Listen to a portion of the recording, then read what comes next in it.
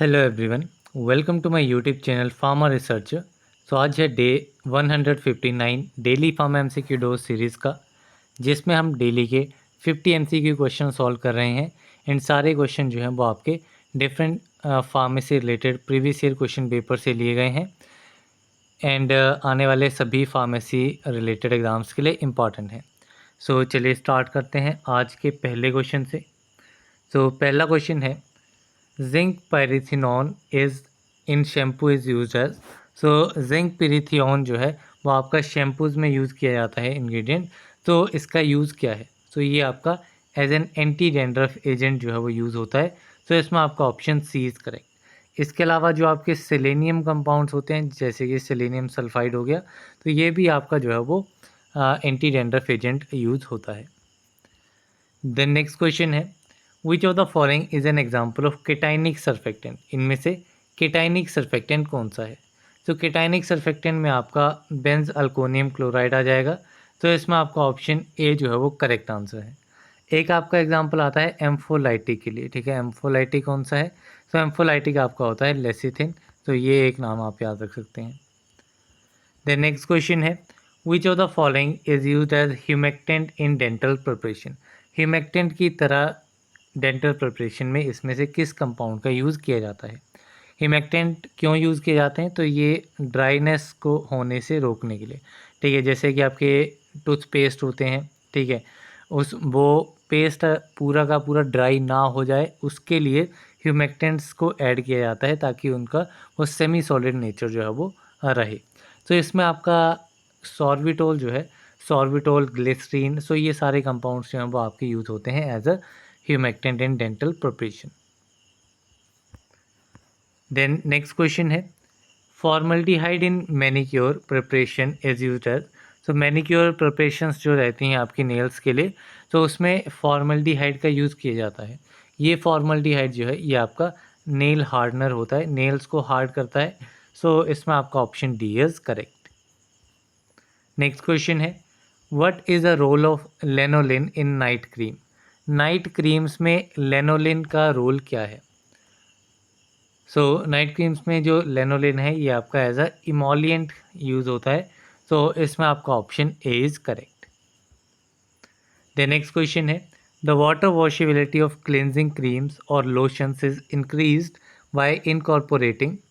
तो जो आपकी क्लिनजिंग क्रीम्स होती हैं या लोशंस होते हैं, उनकी जो वाटर वॉशेबिलिटी है उसको इंक्रीज़ कैसे किया जा सकता है? ठीक है, इनको इंक्रीज़ करने के लिए आपका इंग्रेडिएंट जो है वो यूज़ होता है sodium lauryl sulphate. So option C is correct. And इसकी अगर HLB वैल्यू की बात करूं तो इसकी HLB वैल्यू आपके अराउंड 40 रहती है। नेक्स्ट क्वेश्चन है, in which of the following shaving preparation form is not produce. तो यहाँ पे डिफरेंट आपकी शेविंग प्रिपरेशन दी गई हैं, इसमें से आइडेंटिफाई करना है कौन सी ऐसी शेविंग प्रिपरेशन है जिसमें फॉर्म प्रोड्यूस नहीं होती, यानी कि झाग प्रोड्यूस नहीं होती है। तो ये आपकी रहती है ब्रशलेस शेविंग क्रीम, जिसमें आपकी फॉर्म जो है प्रोड्यूस नहीं होती है। So option D is correct. Next question है, which of the following bags is used in lipstick to promote the spreadability. ठीक है, लिपस्टिक्स में बैग्स कौन सी यूज़ की जाती है स्प्रेडेबिलिटी को प्रमोट करने के लिए, यानी बढ़ाने के लिए? सो ये बैग्स आपकी रहती है सॉफ्ट पैराफिन बैग्स, जो कि आपकी लिपस्टिक में स्प्रेडेबिलिटी को प्रमोट करती है। द नेक्स्ट क्वेश्चन है, the stability of form produced by shampoo is tested by. So shampoo के थ्रू जो आपकी फॉर्म प्रोड्यूस होती है, उस फॉर्म की स्टेबिलिटी मीन्स कब तक वो फॉर्म रहेगी, तो उसकी स्टेबिलिटी को टेस्ट करने के लिए कौन सा मेथड जो है वो यूज़ होता है? तो इसमें आपका रोस माइल्स मेथड जो है वो आपका यूज़ होता है to check the stability of form produced by shampoo. The next question है, dash is the temperature at which the lipstick lying flat melts within the case and ooze out oil and flatten out. तो ये temperature बताना है, उस temperature को क्या कहा जाता है जहाँ पे आपकी लिपस्टिक जो है वो फ्लैट मेल्ट हो जाती है केस के अंदर, एंड ऑयल जो है वो बाहर आ जाता है, फ्लैटन आउट हो जाती है। तो ये पॉइंट आपका कहलाता है drupe point. So option A is correct. Next question है, Addition of deflocculating agent to a suspension during size analysis by Anderson pipette apparatus is necessary in order to.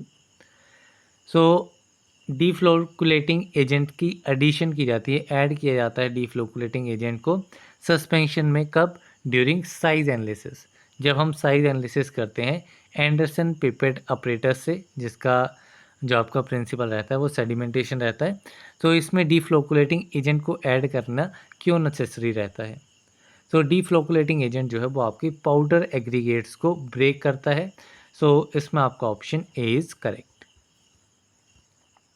Next question है, the problem of plug flow visualize during viscosity measurement of plastic material is associated with. So plug flow जो problem है वो आपकी देखी जाती है जब आप विस्कोसिटी को मेज़र करते हैं प्लास्टिक मटेरियल की। तो ये प्रॉब्लम जो है वो किसके साथ एसोसिएटेड है? तो ये आपका एक विस्कोमीटर होता है, कप एंड बॉब विस्कोमीटर, इसके साथ आपकी ये प्रॉब्लम देखी जाती है प्लग फ्लो की। सो इसमें आपका option C is correct. Next question है, इमल्शंस में be stabilised by the use of kaolin solid particles and the presence of macromolecules, the enhanced stability is due to. तो emulsions जो है उनको stabilise किया जाता है केओलिन का यूज़ करके एंड मैक्रोमॉलिक्यूल्स की प्रेजेंस से। अब जो स्टेबिलिटी एनहांस होती है वो किसकी वजह से होती है, क्या इसके पीछे का रीज़न रहता है? तो इसमें आपके डिफरेंट रीजन्स रहते हैं, जैसे कि आपका फॉर्मेशन हो जाती है, एक प्रोटेक्टिव फिल्म जो है वो फॉर्म हो जाती है due to absorption of solid particles at the interface. Also इसमें स्टेबलाइजेशन रहती है आपकी इंटरनल फेज की, which is due to multilayer absorption of macromolecules. Then increased viscosity of the external phase, जो आपका एक्सटर्नल फेज है उसकी विस्कोसिटी ज़्यादा होने की वजह से, जो कि आपकी डिज़ोल्व मैक्रोमॉलिक्यूल्स की वजह से होती है। तो ये डिफरेंट आपके रीजंस रहते हैं जिसकी वजह से आपकी स्टेबिलिटी जो है वो इन्हांस हो जाती है इमल्शन में। सो इसमें आपका option D, that is all of these is correct. Next question है, the gold number of gelatin and acacia are 0.01 and 0.2 respectively. Therefore, the protective colloidal action of gelatin is dash acacia. तो gelatin का protective colloidal action acacia से ज़्यादा होगा, कम होगा, equal रहेगा। तो कैसा रहेगा? यहाँ पे हमें गोल्ड नंबर दिए गए हैं। तो gold number and protective colloidal action ये आपके इन्वर्सली प्रोपोर्शन होते हैं। जितना ज़्यादा गोल्ड नंबर होगा उतना ही कम जो है वो उसका प्रोटेक्टिव कोलोइडल एक्शन रहेगा। सो इसमें अगर हम देखेंगे जेलेटिन जो है, जेलेटिन का आपका गोल्ड नंबर कम है, 0.01 है। अकेशिया का गोल्ड नंबर आपका 0.2 है। मीन्स अकेशिया जो है उसका protective colloidal action gold number ज़्यादा होने की वजह से एक्शन इसका कम रहेगा। सो इसमें आपका करेक्ट आंसर क्या बनेगा? तो it will be better than, ठीक है, क्योंकि यहाँ पे पूछा क्या है, यहाँ पे आपका जेलेटिन का कंपैरिजन पूछा है अकेशिया से। तो जेलेटिन का गोल्ड नंबर कम है, तो मीन्स इसका ऑपोजिट होएगा, बेटर एक्शन जो है वो इसका रहेगा। So option B is correct. Next question है, which of the following is the source of impurities in pharmaceutical substances. इनमें से source of impurity pharmaceutical substances में क्या है? तो इसमें जो आपका रॉ मटेरियल है, रॉ मटेरियल अगर इम्प्योर होता है, उसमें कुछ कॉन्टेमिनेशन होती है, तो that is considered as a source of impurity. Then manufacturing process, जो आपका मैन्युफैक्चरिंग प्रोसेस है उसके थ्रू भी आपके फार्मास्यूटिकल सब्सटेंस में इम्प्योरिटीज़ आ सकती हैं। देन रिएक्शन वेसल जहाँ पे आपका रिएक्शन पूरा परफॉर्म हो रहा है, वो रिएक्शन वेसल भी आपकी कॉन्टामिनेट हो सकती है एंड वहाँ से भी आपकी इम्प्योरिटीज़ आ सकती हैं। सो इसमें आपका ऑप्शन डी जो है वो करेक्ट आंसर रहेगा, that is all of the above. Next question है, which of the following is not a systemic acidifier. इनमें से सिस्टमिक एसिडिफायर कौन सा कंपाउंड नहीं है? तो यहाँ पे आपका सोडियम क्लोराइड दिया गया है, ये आपका सिस्टमिक एसिडिफायर नहीं होता है। तो इसमें आपका ऑप्शन ए इज़ करेक्ट। बाकी इसमें sodium dihydrogen phosphate, ammonium chloride and calcium chloride, ये सारे ही आपके जो हैं वो सिस्टमिक एसिडिफायर्स होते हैं। नेक्स्ट क्वेश्चन है, which of the following is a radio OPEC substance. Radio OPEC substance इनमें से कौन सा है? तो रेडियो ओपेक सब्सटेंस, ये भी क्वेश्चन काफ़ी बार पूछा जाता है, तो इसमें आपका वेरियम सल्फेट जो है ये आपका रेडियो ओपेक सब्सटेंस होता है, so option A is correct. Next question है which of the following is used as dental cement. Dental cement जो है वो कौन सा कंपाउंड होता है? So it is zinc oxide which is used as a dental cement, so option D is correct. Next question है which of the following is a non absorbable antacid. इनमें से नॉन अब्जॉर्बेबल एंटासिड कौन सा है? तो non absorbable antacid में आपका रहेगा अल्यूमिनियम हाइड्रोक्साइड, ये आपका नॉन अब्जॉर्बेबल एंटासिड होता है, so option A is correct. Next question है which of the following is not a physiological buffer. तो आपके डिफरेंट फिजियोलॉजिकल बफर्स होते हैं, तो इसमें नॉट पूछा गया है कौन सा फिजियोलॉजिकल बफर नहीं है। तो फॉस्फेट बफर आपका एक फिजियोलॉजिकल बफर में आता है, बाइकार्बोनेट बफर आपका फिजियोलॉजिकल बफर में आता है, एंड एक हेमोग्लोबिन पार्टिकल्स ये भी आपके फिजियोलॉजिकल बफर्स में आते हैं। लेकिन बोरेट बफर जो है it is not a physiological buffer, तो इसमें आपका option C is correct. Next question है which of the following particles show highest penetration. यहाँ पे डिफरेंट आपके पार्टिकल्स के नाम दिए गए हैं, इसमें हमें आइडेंटिफाई करना है किन पार्टिकल्स की पेनिट्रेशन जो है वो सबसे हाईएस्ट रहती है। तो अल्फ़ा पार्टिकल्स, बीटा, गामा और नन ऑफ द अबव। तो इसमें आपके जो गामा पार्टिकल्स हैं इनकी पेनिट्रेशन पावर जो है वो हाईएस्ट रहती है, सो इसमें आपका option C is the correct answer. Next question है which of the following is not correct regarding sodium. Sodium के रिगार्डिंग इनमें से कौन सी स्टेटमेंट नॉट करेक्ट है, मीन्स इनकरेक्ट है? सो फर्स्ट स्टेटमेंट है it is involve in monosaccharide and amino acid uptake and और अब्जॉर्प्शन। तो सोडियम जो है वो आपका मोनोसेक्राइड और अमाइनो एसिड के अपटेक एंड अब्जॉर्प्शन दोनों में ही इन्वॉल्व रहता है, so this is true. The next है high intake of sodium increases calcium excretion. So जितना ज़्यादा इनटेक आपका सोडियम का रहेगा, सो उसकी वजह से कैल्शियम की एक्सक्रीशन जो है वो बढ़ जाएगी। ठीक है, अगर आप सोडियम का इंटेक ज़्यादा करते हैं तो कैल्शियम की एक्सक्रीशन बढ़ती है, तो this is also true. Then है sodium deficiency due to sweat loss is a common issue for athletes. ठीक है, सो एथलीट्स में जब स्वेट लॉस होता है, पसीना आता है, तो उसमें सोडियम जो है वो ज़्यादा लॉस हो जाता है, जिसकी वजह से सोडियम की डेफिशिएंसी हो जाती है। So this point is also correct regarding sodium. तो इसमें आपका ऑप्शन डी है none of the above, that means इनमें से कोई भी स्टेटमेंट जो है वो करेक्ट नहीं है, मीन्स इनकरेक्ट नहीं है, सॉरी। नेक्स्ट क्वेश्चन है indiscriminate use of antacid causes. So antacids का अगर इनडिस्क्रिमिनेट यूज़ किया जाएगा, मीन्स एक्सेस में यूज़ किया जाएगा, तो उस केस में आपका अनकम्पनसेटेड अल्कोलोसिस कंडीशन जो है वो राइज होती है, सो इसमें आपका option B is correct. Next question है the shape of methane molecule is. तो मीथेन मॉलिक्यूल आपका मीथेन क्या रहता है CH4, तो इसका स्ट्रक्चर क्या रहेगा यहाँ पे CH H H and H। तो ये इसका स्ट्रक्चर रहता है, तो ये आपकी कौन सी शेप होती है? तो इट इज़ टेट्राहेड्रल शेप। तो मीथेन मॉलिक्यूल जो है उसकी शेप आपकी रहती है टेट्राहेड्रल। नेक्स्ट क्वेश्चन है pyrolysis of alkanes takes place with the help of. तो पायरोलाइसिस क्या होती है? पायरोलाइसिस मीन्स आपका रिएक्शन होना एक्सेस हीट में। ठीक है, तो पायरोलाइसिस अल्केन्स की जो है वो किसकी हेल्प से होती है? तो ये आपका हीट इसमें इन्वॉल्व रहती है, so option C is correct. Next question है which of the following represents resolution. इनमें से कौन सा रिजोल्यूशन को रिप्रेजेंट करता है? सो जो आपकी सेपरेशन होती है एनेंशियोमर्स की, this is known as resolution, so option C is correct. Next question है how many electrons does a carbocation contain. So कितने इलेक्ट्रॉन्स जो हैं वो आपके कार्बोकेटाइन में होते हैं?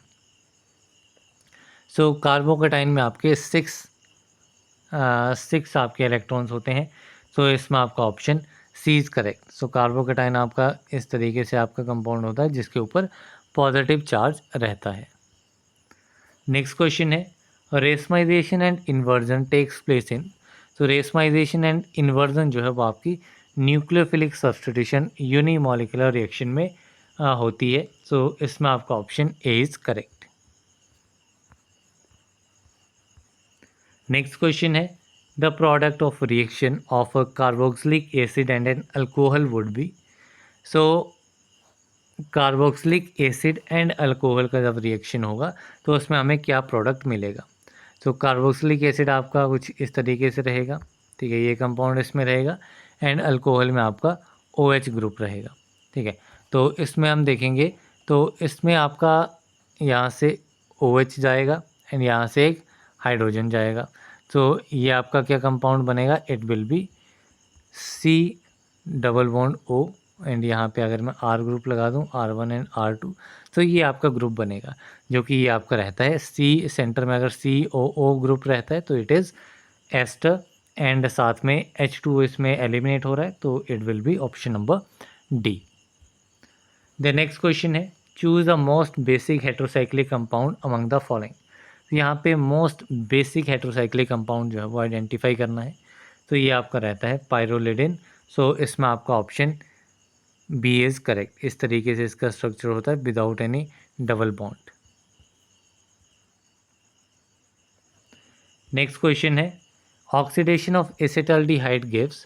तो एसिटाल्डिहाइड की ऑक्सीडेशन जो है उसमें हमें क्या मिलेगा, इथेनॉइक एसिड मिलेगा, ठीक है। जब आपकी अल्कोहल की सिंगल ऑक्सीडेशन की जाती है तो इसमें हमें अल्डिहाइड मिलता है, अल्डिहाइड की फर्दर ऑक्सीडेशन की जाएगी तो हमें कार्बोक्सिलिक एसिड मिलता है, ठीक है, एसिड मिलता है। सेम अगर इसका मैं ऑपोजिट कर दूं तो जब कार्बोक्सिलिक एसिड की रिडक्शन की जाएगी तो हमें अल्डिहाइड मिलेगा एंड देन हमको अल्कोहल मिलेगा। नेक्स्ट क्वेश्चन है Hofmann degradation is use for opening ring system in. तो हॉफमैन डिग्रेडेशन जो है वो आपका यूज़ किया जाता है पाइपरिडिन में रिंग सिस्टम को ओपन करने के लिए। सो इसमें आपका option A is correct. Next question है which of the following is not an essential fatty acid. इनमें से असेंशियल फैटी एसिड कौन सा नहीं है। तो असेंशियल फैटी एसिड में आपका लिनोलेइक एसिड आता है, लिनोलेनिक एसिड, ये दोनों ही आपके असेंशियल होते हैं। देन अरेकिडोनिक, ये भी आपका असेंशियल होता है, लेकिन stearic acid it is not an essential fatty acid.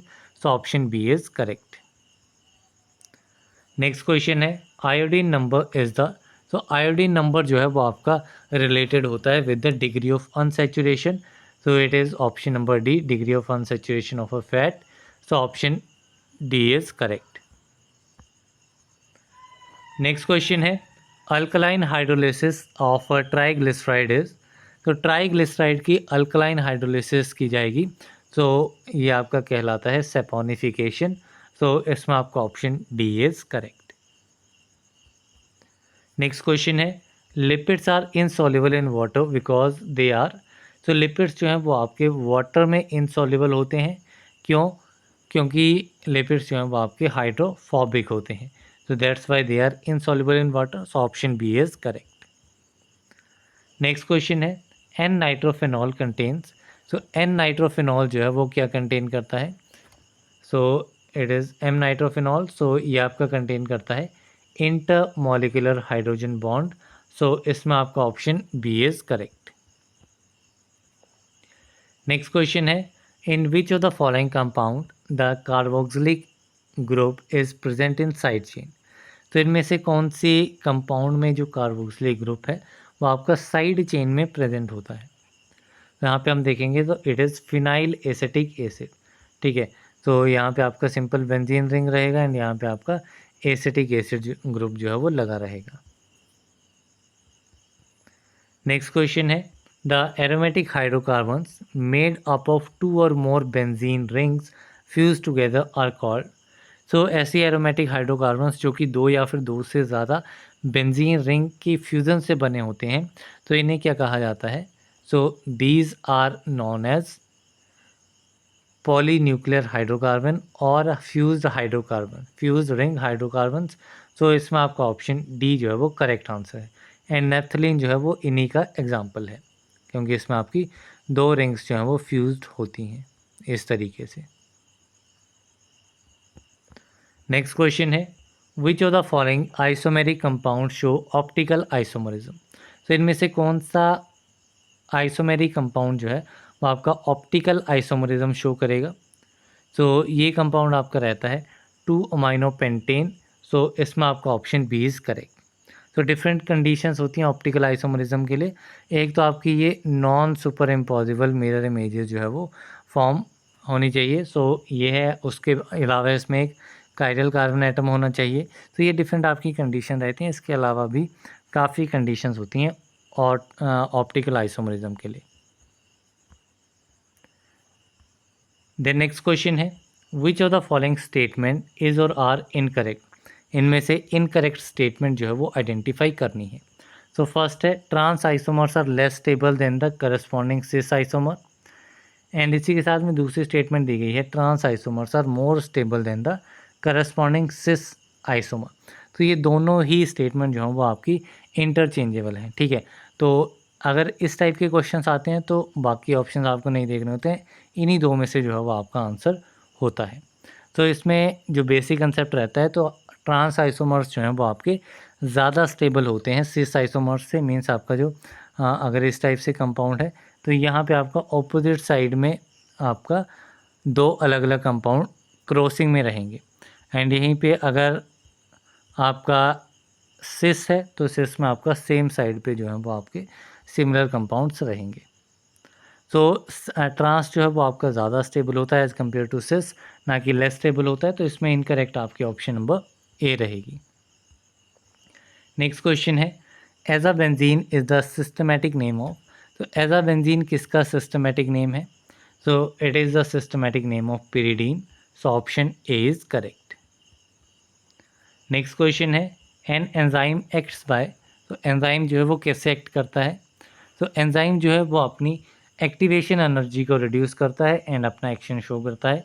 So option A is correct. Next question है, the end product of guanine catabolism in human is. तो ह्यूमंस में ग्वानिन कैटाबॉलिज्म का एंड प्रोडक्ट क्या है? तो इसमें आपका एंड प्रोडक्ट रहता है यूरिक एसिड। सो इसमें आपका option B is correct. Next question है, deoxyribonucleotides are formed by the reduction of. तो डीऑक्सी राइबो न्यूक्लियोटाइड्स जो हैं ये आपके फॉर्म होते हैं किस कंपाउंड की रिडक्शन की वजह से? सो जब राइबो न्यूक्लियोसाइड डाइफॉस्फेट की रिडक्शन होती है then we will get the product deoxyribonucleotides. Next question है, epinephrine is form from norepinephrine by. So epinephrine जो है वो आपका नॉर एपिनेफ्रिन से फॉर्म होता है किस प्रोसेस के through? So it is formed by the process known as an methylation. So option B is correct. Next question है, the rate limiting step in biosynthesis of cholesterol is. तो जब cholesterol की biosynthesis होती है acetyl coenzyme A pathway से या मेवेलॉनिक acid pathway से, तो उसमें रेट लिमिटिंग स्टेप जो है वो कौन सा रहता है? तो रेट लिमिटिंग स्टेप वो रहता है जहाँ पे आपकी मेवेलॉनिक एसिड की फॉर्मेशन होती है from the HMG coenzyme A, जो कि इनिशियल सेकेंड और थर्ड स्टेप जो है वो रहता है। द नेक्स्ट क्वेश्चन है, which of the following human tissues contain the greatest amount of body glycogen. Body glycogen, ठीक है, बॉडी में जो ग्लाइकोजन प्रेजेंट होता है उसका ग्रेटेस्ट सबसे ज़्यादा अमाउंट जो है वो किस ह्यूमन टिश्यू में रहता है? तो ये आपका रहता है स्केलेटल मसल्स में। Skeletal muscles contains the greatest amount of body glycogen. Next question है, लिपोफुसिन इज अदर। तो लिपोफुसिन जो है वो आपका एज पिगमेंट है as well as it is a wear and tear pigment. So इसमें आपका option C both A and B is correct. Next question है, the biochemical action of the cytochrome oxidase could be blocked by. तो जो biochemical action होता है cytochrome oxidase का, उसको कैसे ब्लॉक किया जा सकता है? सो इसके ब्लॉकेज के लिए आपका कार्बन मोनोऑक्साइड का यूज़ हो सकता है, हाइड्रोजन सल्फाइड का एंड साइनाइड। ये तीनों ही कंपाउंड्स जो हैं वो आपके यूज़ होते हैं साइटोक्रोम ऑक्सीडेज के बायोकेमिकल एक्शन को ब्लॉक करने के लिए। तो इसमें आपका option D all of the above is correct. इसी के साथ में हमारे आज के 50 क्वेश्चंस कंप्लीट होते हैं। So that's all for this video. मिलते हैं अगले वीडियो में, तब तक के लिए थैंक यू वेरी मच।